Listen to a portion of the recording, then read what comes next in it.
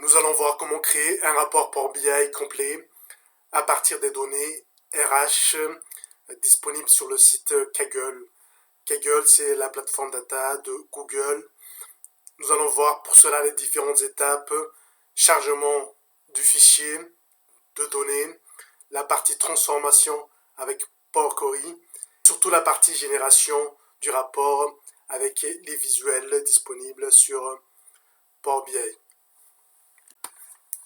Pour les prérequis, nous allons utiliser Power BI Desktop, l'outil qui permet de générer les rapports sur le poste utilisateur en local. Il est disponible sur le site de Microsoft, Power BI Desktop officiel.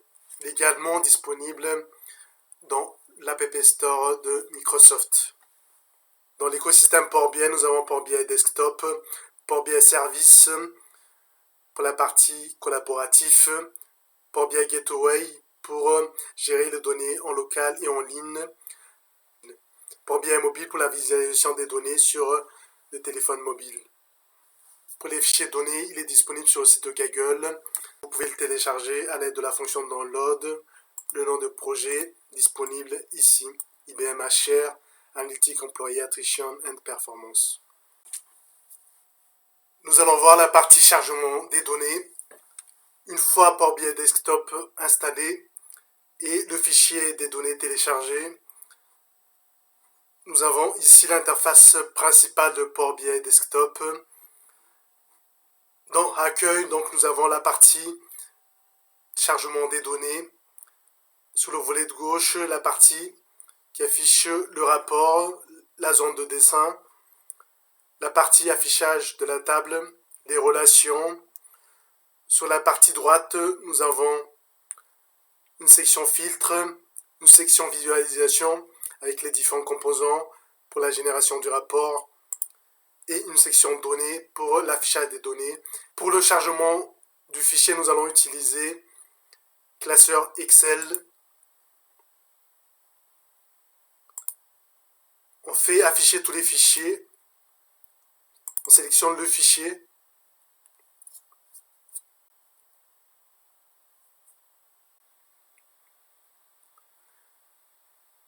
Power BI propose une fenêtre de pré-traitement. Dans détection de type de données, nous allons sélectionner selon le jeu de données complet.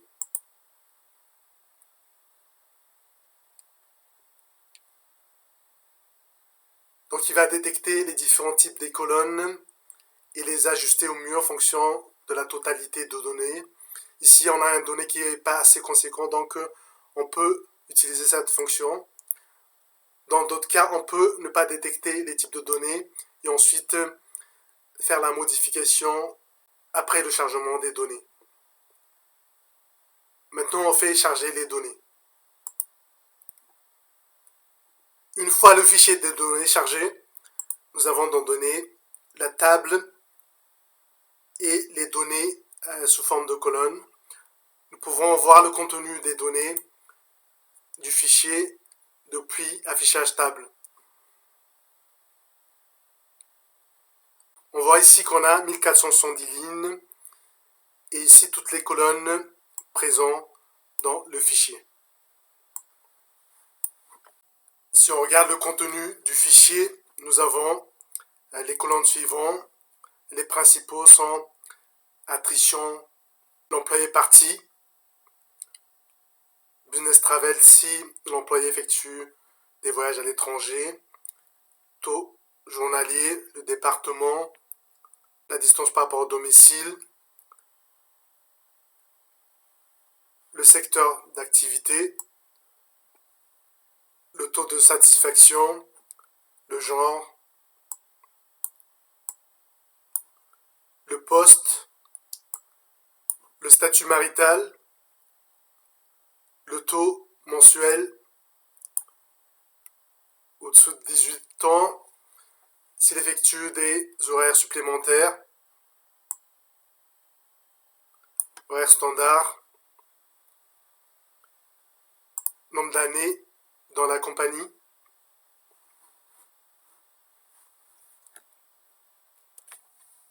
Nous allons voir la partie transformation avec Power Query, le module de Power BI qui permet de faire des modifications au niveau des tables et des colonnes du fichier. Dans Power BI Desktop, il est accessible depuis le menu dans la barre d'outils Transformer les données. Une nouvelle fenêtre s'affiche.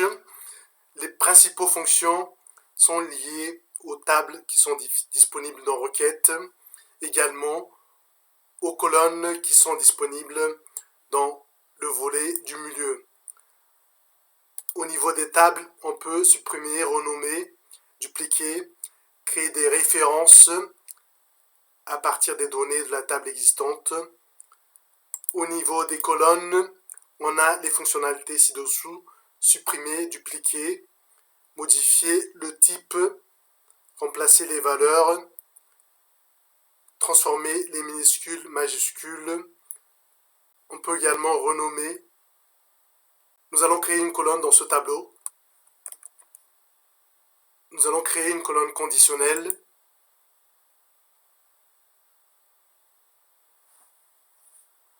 Ici, on définit le nom de la colonne.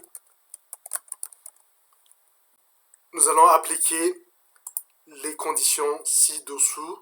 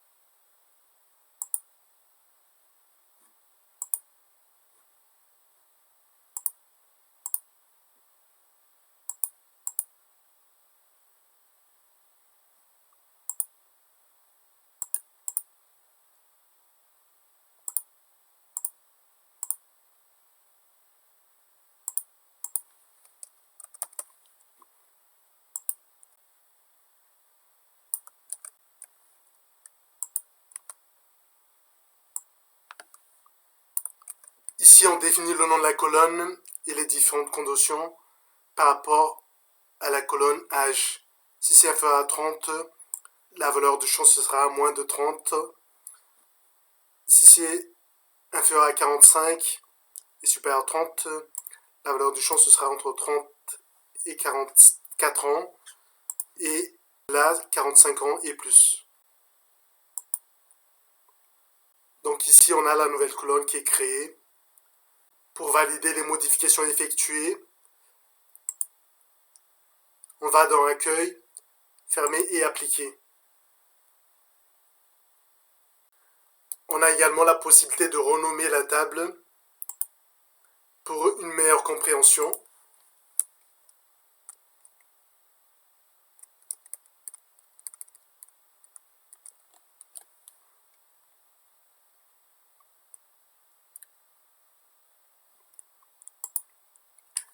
Nous allons maintenant créer les tables de dimension suivantes à partir des données du fichier. Créer un modèle en étoile, la table de fait qui est au milieu, ensuite les différentes tables de dimension autour liées par une relation. Les tables de dimension, c'est les tables de type. Dans notre cas, nous allons créer la table de dimension des jobs, des départements et des secteurs d'éducation. Pour créer les tables de dimension, on va utiliser Power Query.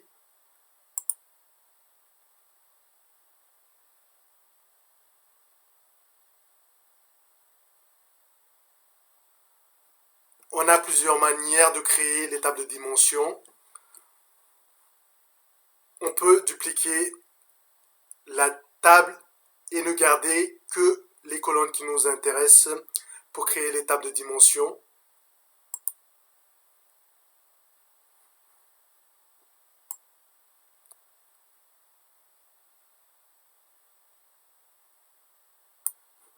Pour Job Role, on va sélectionner la colonne et supprimer les autres colonnes. On va supprimer les doublons. On a ainsi notre table de dimension des jobs. On peut renommer la table pour mieux la comprendre.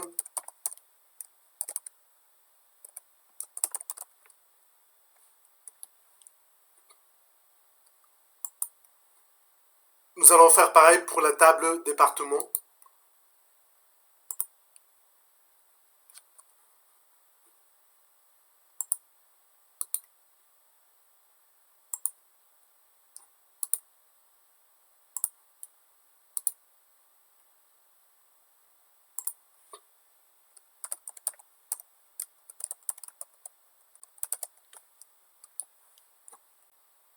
Également pour la table secteur d'éducation.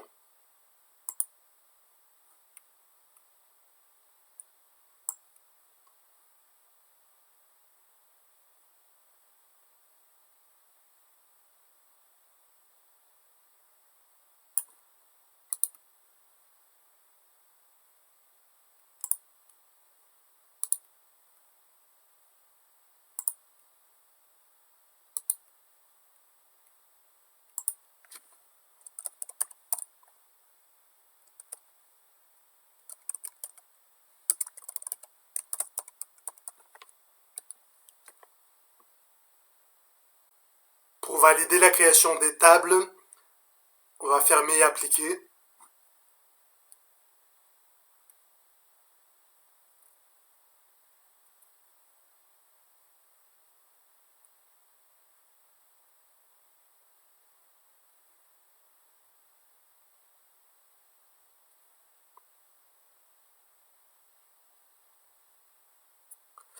On va vérifier que les données dimensions sont bien présentes et pris en compte. Pour cela, on vérifie que dans données, on a bien les tables. Et là, on voit que les tables sont bien créées dans données. Nous allons maintenant créer les relations entre les différentes tables, entre la table de fait, la table centrale et les tables de dimension ou les tables de type. Pour cela, dans le menu de gauche, nous avons affichage du rapport, affichage table des contenus des tables.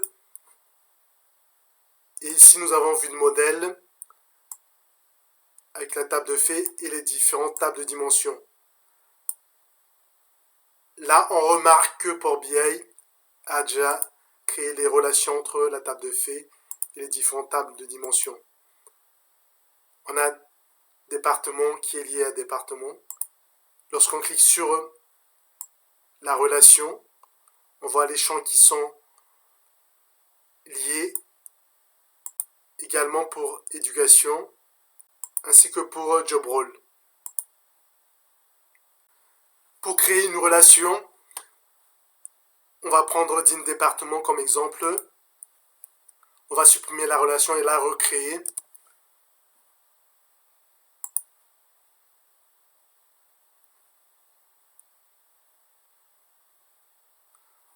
On sélectionne la colonne d'une des tables.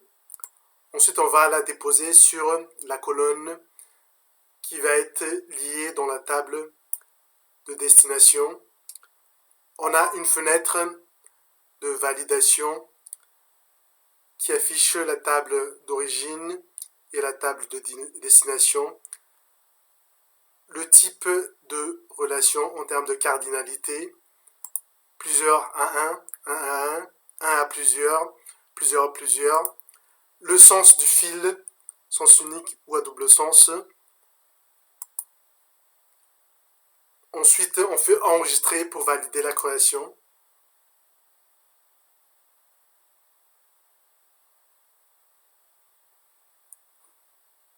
Lorsqu'on clique sur la relation, on a ici les caractéristiques et les propriétés de la relation.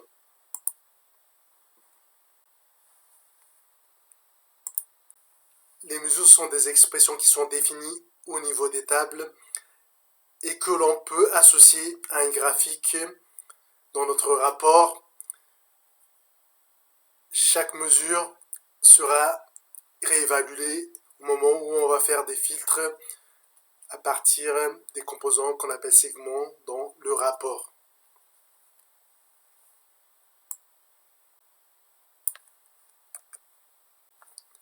Pour créer une mesure, il y a plusieurs manières. On va dans Données, on va sur la table, on fait clic droit, Nouvelle mesure.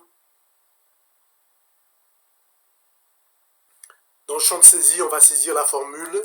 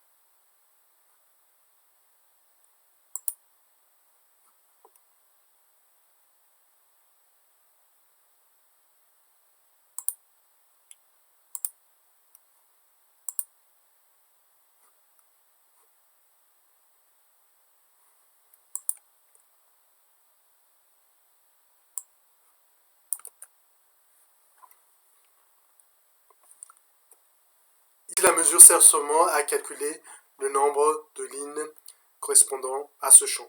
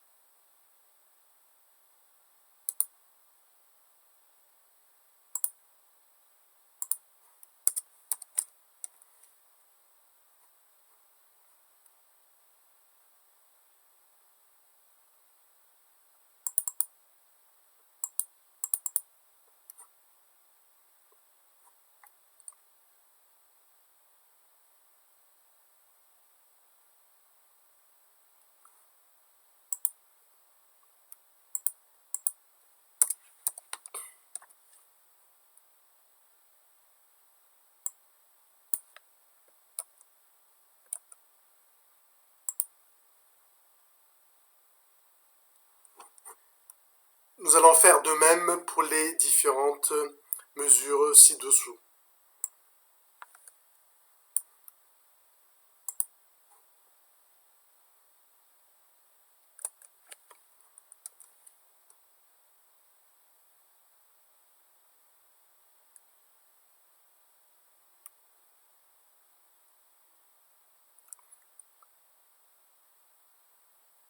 Ici, on va calculer le nombre d'employés dans la valeur du champ, attrition égale à IS.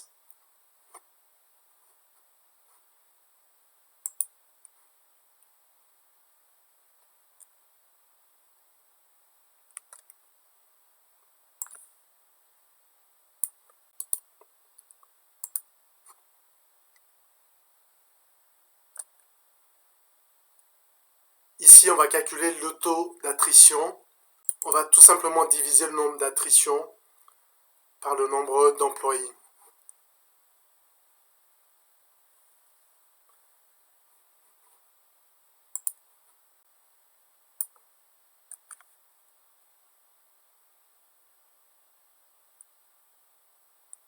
Ici, on va calculer le salaire moyen.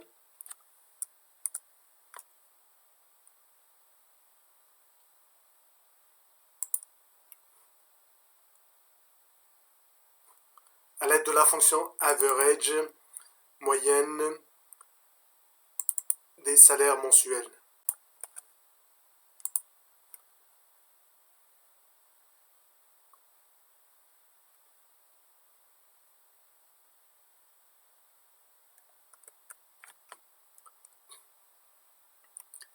Ici, on va calculer la satisfaction moyenne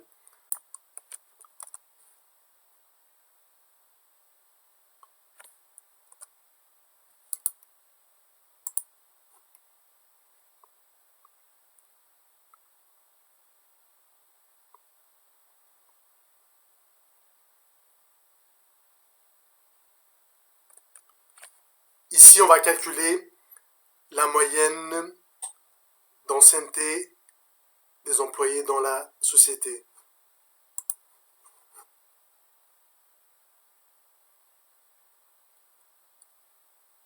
On a maintenant les différentes mesures qui sont créées au niveau de notre table de faits et qui est représentée par la petite calculette devant le champ. Nous allons maintenant créer le rapport et les différents composants visuels. Voici notre rapport des références. Sur l'entête, nous allons avoir des indicateurs sur le nombre d'employés, sur le taux d'attrition, sur le salaire moyen, sur le taux de satisfaction. Sur le volet de gauche, nous allons avoir des champs de filtres sur le département, sur le secteur, sur le genre, sur le statut. Nous allons avoir des graphiques en courbe sur les taux d'attrition en fonction de plusieurs paramètres, ancienneté, satisfaction, titre, heure sup, tranche d'âge. Nous allons également avoir un graphique en secteur et un graphique sous forme de jauge. Nous allons commencer par créer le titre de notre rapport. Nous avons notre zone de dessin ici au centre. Nous avons un composant filtre qui permet de filtrer par rapport à la page, mais également par rapport à d'autres pages, parce que ici on a la possibilité de rajouter plusieurs pages. Nous avons ici la section visualisation qui permet de sélectionner les différents composants que nous allons déposer dans la zone de dessin. Et on retrouve donc ici les données avec les différents champs que nous allons associer au graphique. Nous avons ici également des composants dans accueil que nous pouvons placer dans notre zone de dessin. Pour créer le titre, nous allons utiliser zone de texte.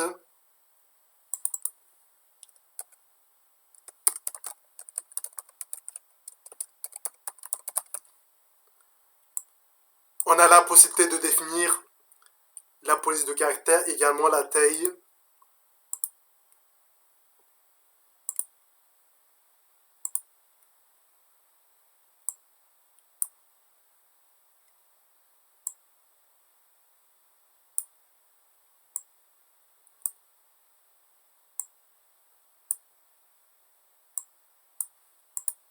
On a la possibilité de définir la mise en forme. On clique et on sélectionne le composant dans zone de mise en forme. On a différentes propriétés qu'on peut associer au composant. Dans effet, on a la possibilité de définir l'arrière-plan et également les bordures de notre composant. On a également la possibilité d'insérer des composants géométriques dans notre rapport. Pour cela, on utilise insérer, forme,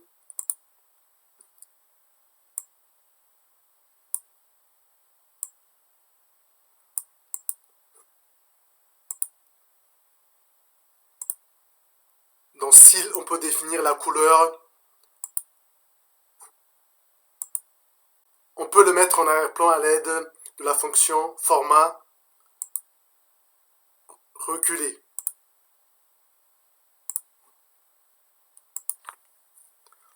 On peut également insérer des images dans notre zone de dessin.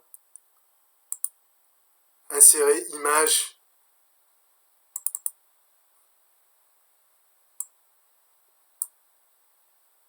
On peut redimensionner l'image.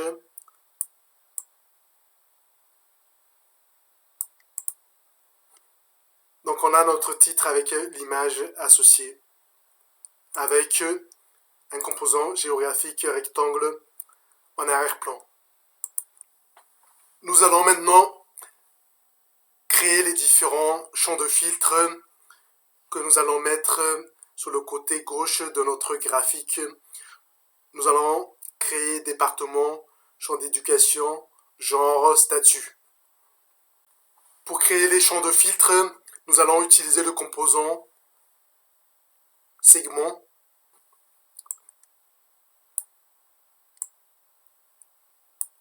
On va sélectionner le champ qui va alimenter le composant. Donc on a notre table de dimension département. On va sélectionner le champ département pour alimenter le composant.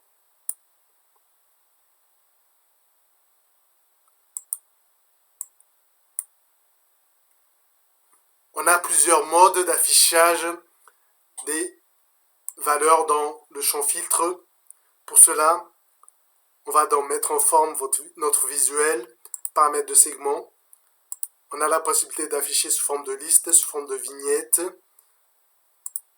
mais également sous forme de liste déroulante.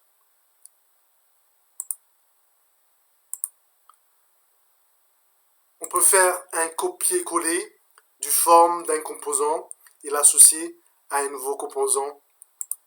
Pour cela, on sélectionne le composant cible, reproduire la mise en forme et on l'associe au nouveau composant. Nous allons faire de même pour les différents autres composants. On peut faire également un copier-coller du composant existant.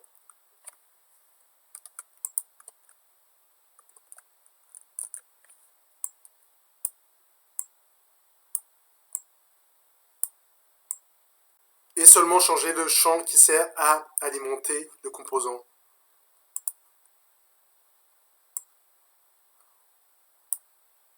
On peut également directement déposer le champ en visualisation, ajouter des données à votre visuel et champ.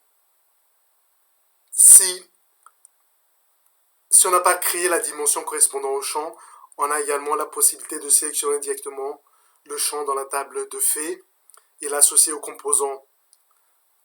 Power BI va faire un distinct des valeurs présentes dans ce champ pour alimenter le composant.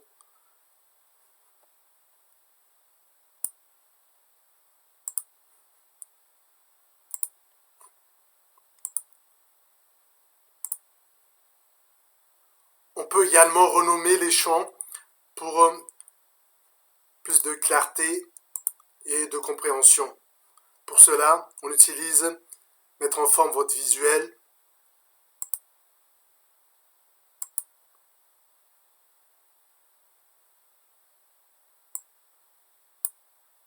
En tête de segment texte.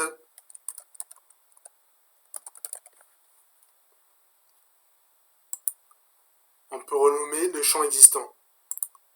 On peut également, à partir du champ, utiliser la fonction renommer pour ce visuel.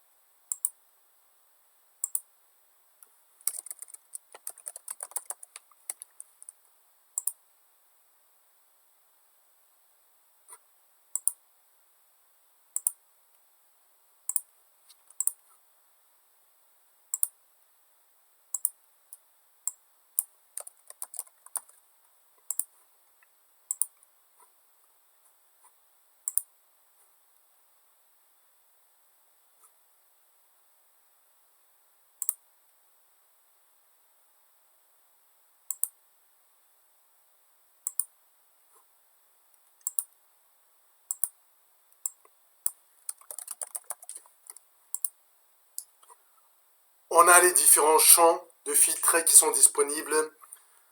On va créer les différents indicateurs qui sont présents ici. Le nombre d'employés, le taux d'attrition, le salaire moyen, la satisfaction moyenne. Pour créer les différents indicateurs, nous allons utiliser le champ carte.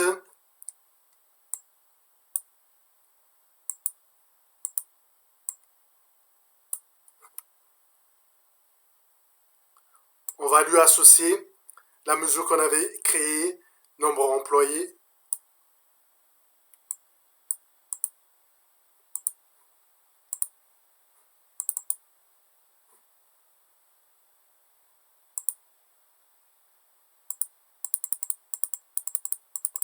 On peut changer la taille de la police dans Objet visuel, valeur de la légende.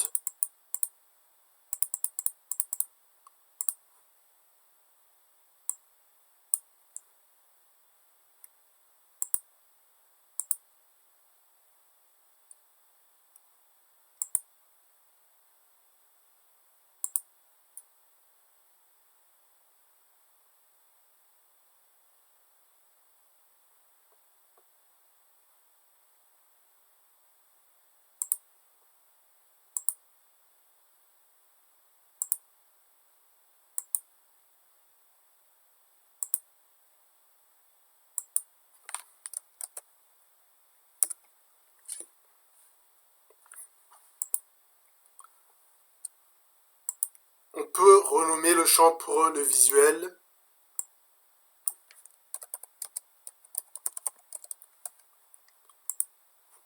On peut également sélectionner la mise en forme d'un champ existant.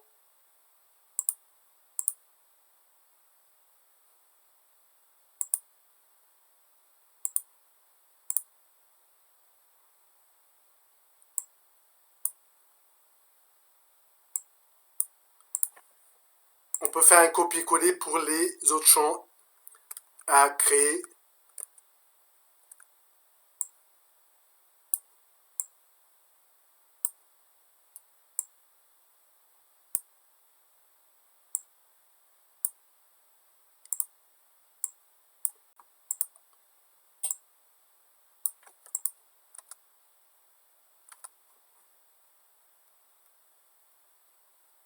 On va sélectionner le champ qui va alimenter le composant visuel.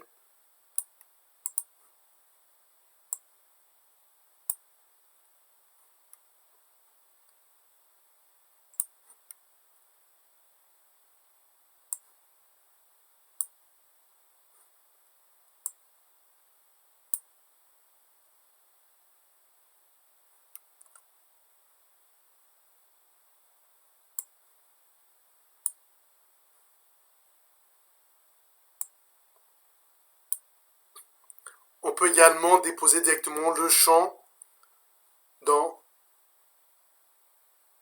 Ajout des données à votre visuel et dans Champ. Dans Format de données, on peut modifier le format d'affichage de la valeur générale au format de données, pourcentage.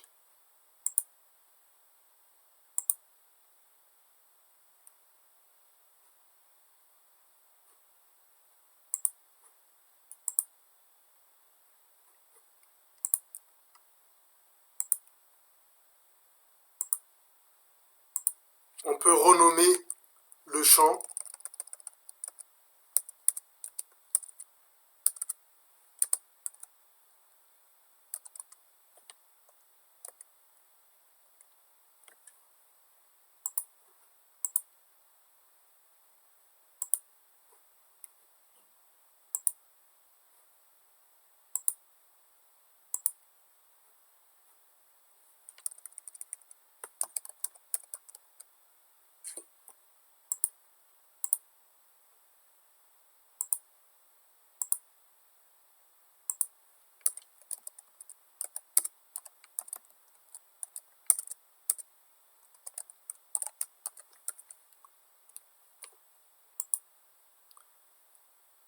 On a nos 4 indicateurs qui sont désormais créés.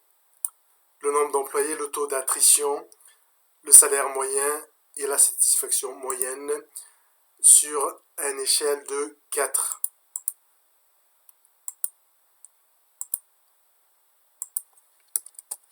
Nous allons créer les différents graphiques ici par rapport au taux d'attrition, par ancienneté, par satisfaction, par titre, par heure sup, par tranche d'âge.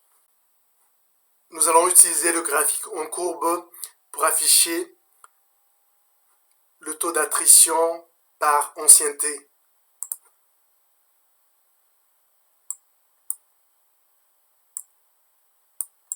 On sélectionne la zone de dessin et puis on sélectionne graphique en courbe. On peut redimensionner le composant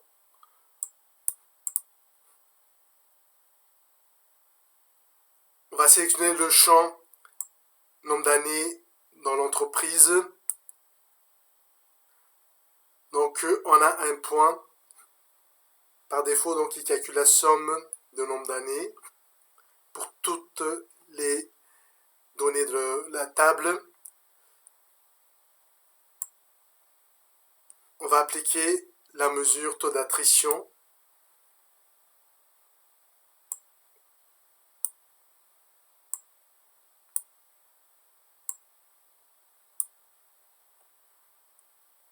Dans l'axe des X, l'année, et dans l'axe des Y, le taux d'attrition. Pour la mise en forme, on peut utiliser la fonction pour produire la mise en forme.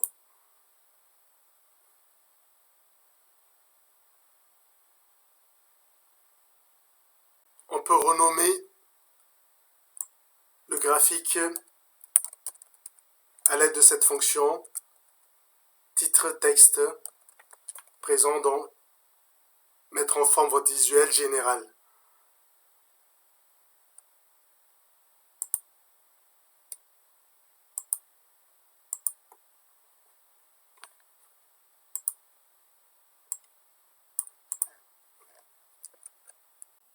Nous allons créer le graphique en courbe suivant, taux d'attrition par satisfaction, en copiant-collant le composant existant.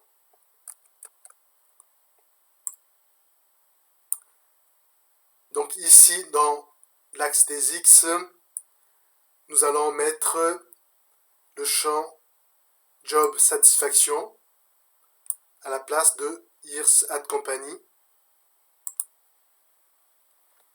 Et nous allons garder la formule taux d'attrition sur l'axe des Y.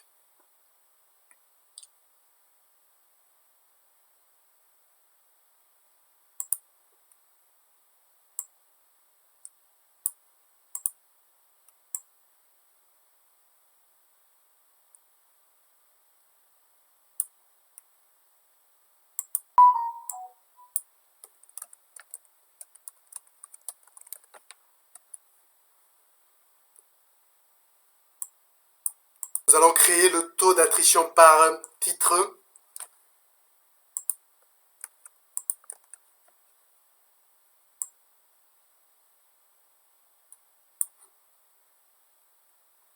Nous allons copier-coller le champ existant. Taux d'attrition par titre. Nous allons sélectionner le champ Job Role pour alimenter l'axe des X.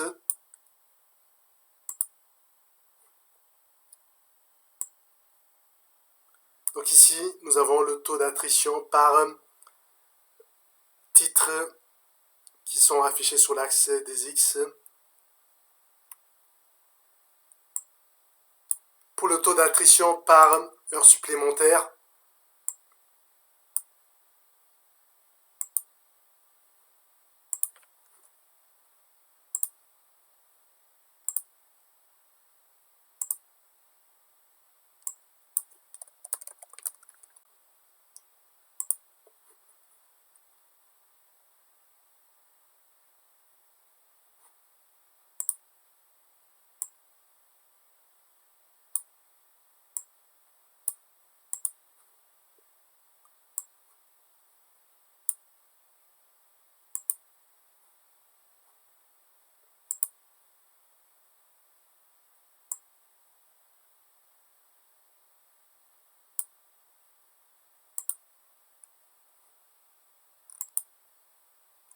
donc ici nous avons le taux d'attrition par heure sup.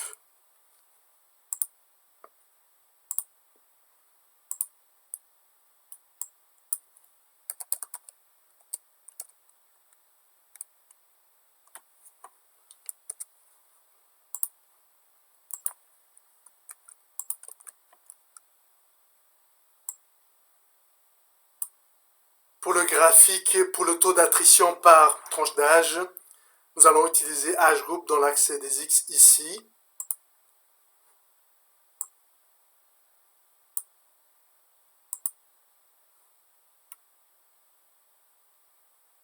Donc plus l'âge est élevé, moins le taux d'attrition est défini.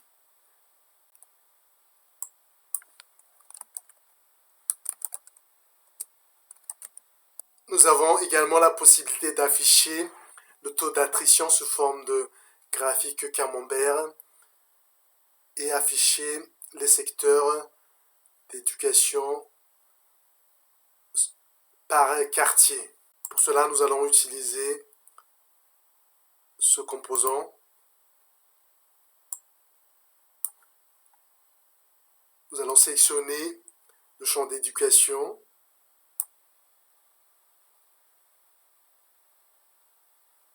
Et appliquer notre mesure taux d'attrition.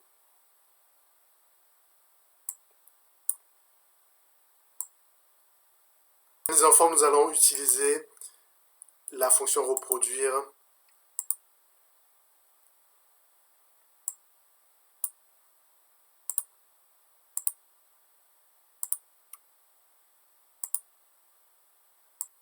Nous allons créer un graphique en jauge pour l'attrition par rapport à la satisfaction. Et nous allons voir qu'il est possible de créer avec ce graphique un objectif moyen. Pour cela, nous allons utiliser ce composant.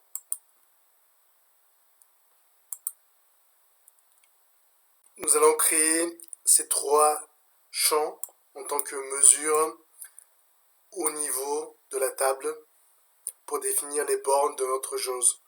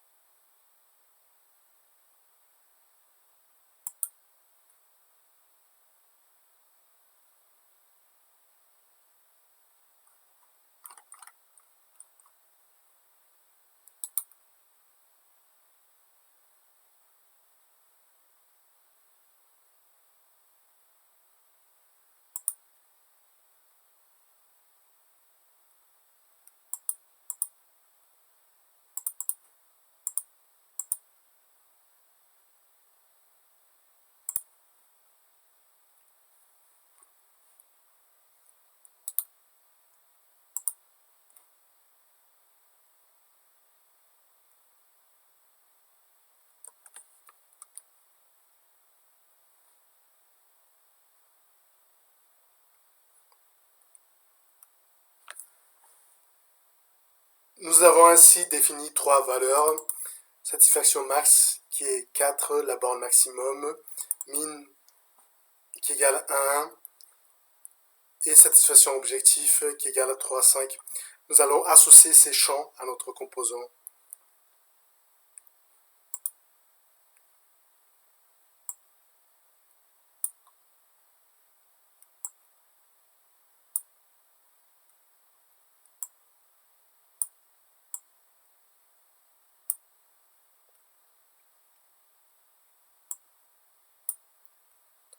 Donc ici, dans valeur min du composant, on a mis satisfaction min, dans max, max, dans cible, objectif, et dans valeur, la satisfaction moyenne à calculer à partir des données de notre fichier.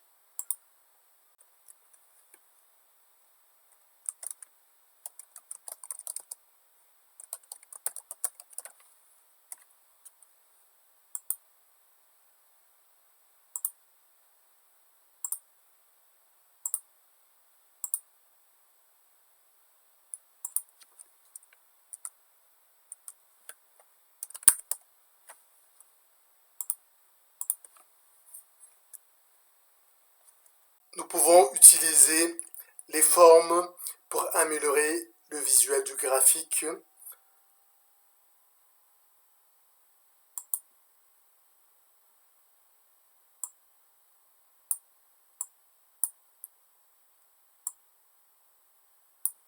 peut utiliser les composants comme étant des contours du rapport.